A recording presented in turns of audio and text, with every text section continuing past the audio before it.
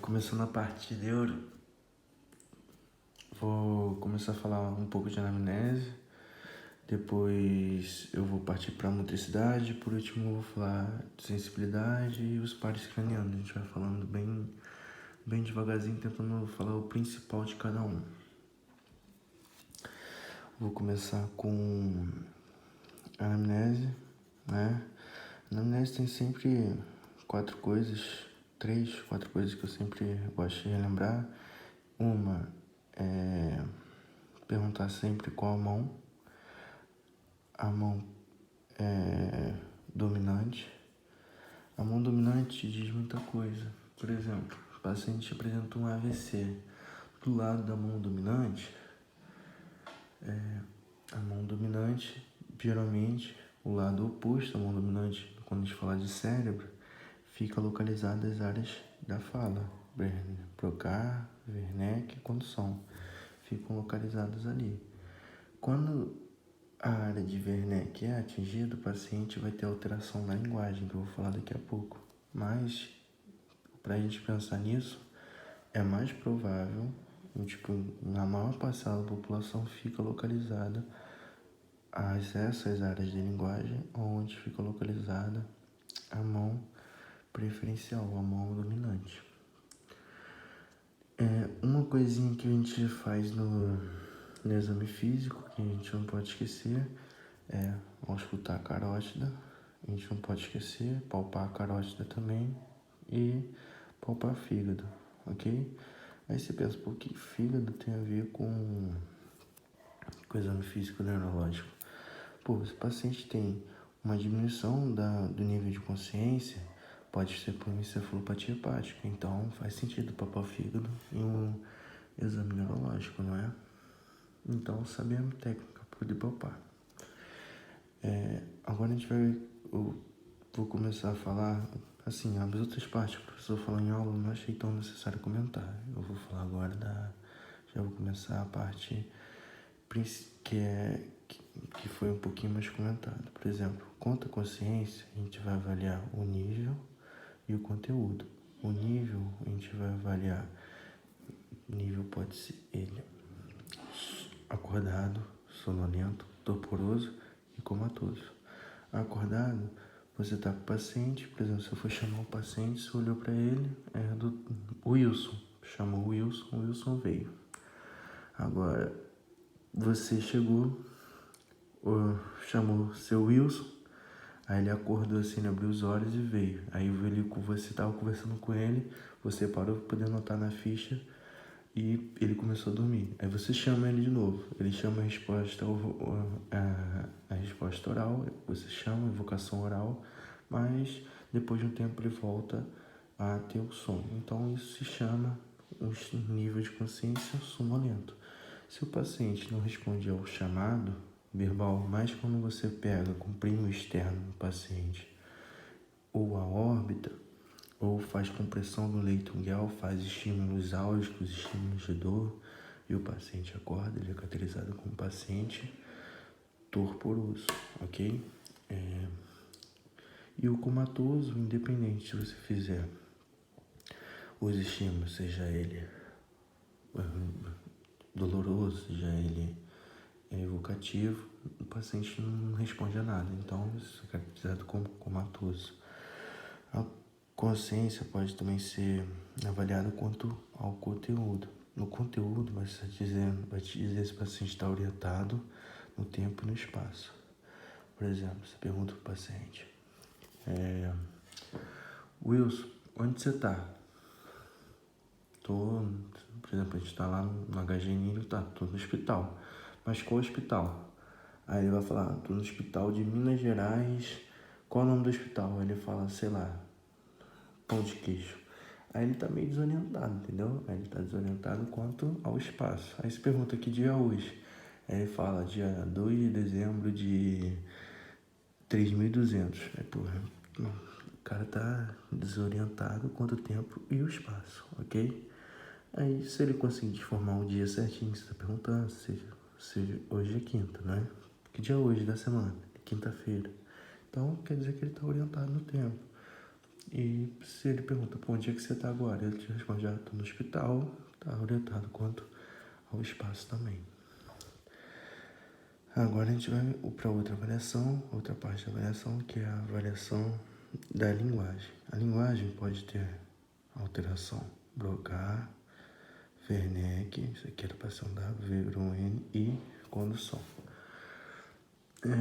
De novo, a gente tem que se lembrar daquela avaliação de qual mão dominante, a gente vai pensar onde que fica localizado isso aqui. Isso aqui te dá topografia. Então, onde fica localizado essas áreas do cérebro. Você perguntou na mão dominante do paciente. Por ele ter tido uma alteração, essas alterações, quando atingem essas áreas da linguagem, apesar de todas serem áreas da linguagem, a gente vai ter comportamentos diferentes. A área de Wernicke é a área de processamento dos estímulos do meio externo. Se você escuta alguma coisa, se você olha alguma coisa, e essa parte vai ser interpretada pela área de Wernicke. Ou seja, você olha para o paciente e pergunta, pô, o que é isso aqui? Isso aqui é uma caneta, não é? Aí o paciente responde, uma lanterna. Pô. Então, essa é uma alteração de fala, né? Seria uma afasia, uma disartria, afasia ou disartria de Wernicke. O paciente respondeu algo totalmente anárquico. Qual que você pergunta para ele? Você pergunta para ele, isso aqui é uma caneta. Ele te responde uma coisa totalmente absurda, afasia ou disartria de Wernicke. Agora, o de condução, ele consegue pensar, porque ele tem a área de processamento boa, ele tem a área para poder falar boa, mas ele não tem a condução entre esses dois espaços. Ele tem a área de processamento, ele tem a área que ele faz a fala, que é a área de Broca, Wernicke Broca, mas a condução dele está alterada. Quando você pergunta o que é isso aqui, ele vai tentar, isso é. Mas quando você dá um start para ele, ele consegue fazer o resto do estímulo. Isso aqui é aí você fala, ele caneta. Ele consegue dar o start, com o start que você deu, ele consegue terminar o estímulo, entendeu? Então, esse é um exemplo de como seria o quadro clínico de um paciente com afasia ou disartria de condução. Agora, a gente vai falar de Broca. Broca, ele tem a área de pensamento bom, ele tem a área da condução boa, mas só que a área da fala foi destruída. Ou seja, ele tem uma falta de articulação. Então, o que você tem que fazer? Como você perguntar para ele, isso aqui é o quê? Tem que responder caneta, né? Ele vai responder assim, caneta. Ele vai falar meio enrolado assim, né? Caneta. Mas você vai conseguir entender o que ele está falando. O que aconteceu? Ele está processando bem o que você perguntou, ele está conduzindo, mas a área da fala está afetada. Então, foi embora. Isso aqui é para você caracterizar a lesão da linguagem. Agora a gente vai para memória. A memória, você vai avaliar ela tanto retrogradamente, ou seja, para o passado, quanto como a memória rápida, que você acaba de descobrir, que seria tipo meio que o futuro. Por exemplo, eu te dou 3 palavras, bota, palhaço e sei lá, e cruz. Aí você vai fazendo outras perguntas e se pergunta, pô, tu morou onde? Aí o cara, pô, agora eu moro, sei lá, do lado da Unig.